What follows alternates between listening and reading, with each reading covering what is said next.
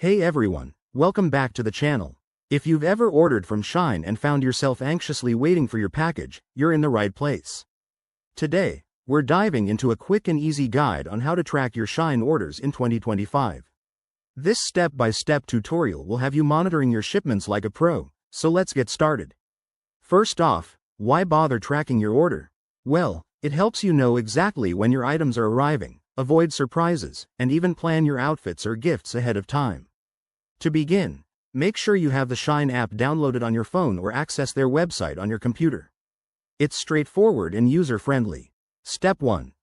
Open the SHEIN app or head to the SHEIN website and log into your account.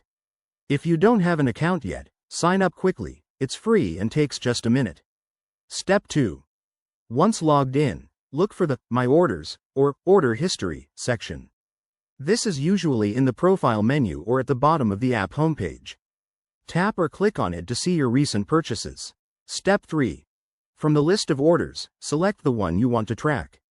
You'll see details like the order number, items purchased, and most importantly, the tracking information. Step 4. If your order has shipped, there should be a tracking number or a direct link provided.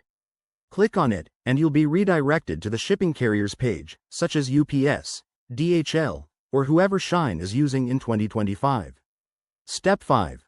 On the tracking page, you'll get real-time updates, like when the package was picked up, its current location, and the estimated delivery date. Pro tip.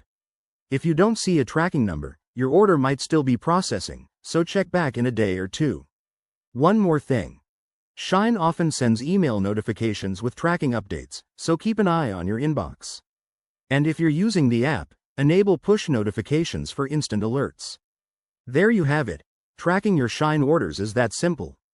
This method works for most users, but if you run into issues, reach out to SHEIN's customer support. If you enjoyed this guide, hit that like button, subscribe for more shopping tips, and let me know in the comments if you have any questions.